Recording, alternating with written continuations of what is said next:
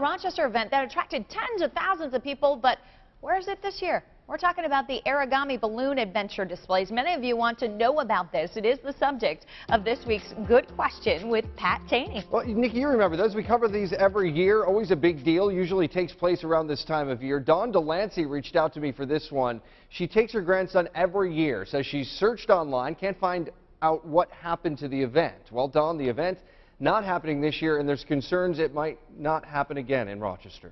From a journey to the Genesee to Jack and the Beanstalk, the Airigami balloon displays, or Balloon Manor, packed in the crowds. What happened this year? Airigami Artistic Director Larry Moss. We were looking at doing it again this year, but Sibley had an opportunity to do the renovation that they've had planned for a long time. The Sibley building, where the event has been held. What about next year?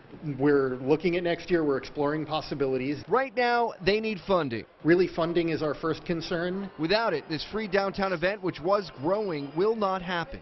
We have only seen over the last 3 years a 50% increase year over year in attendance.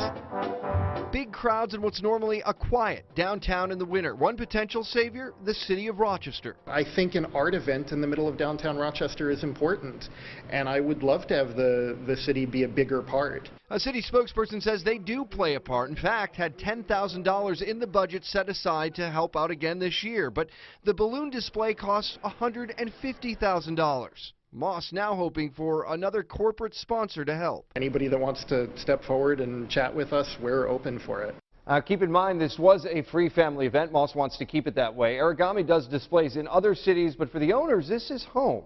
And they're hoping to get some funding to bring it back. If you know of a sponsor who could save this event, click on the story, WATC.com, for contact details. Nikki?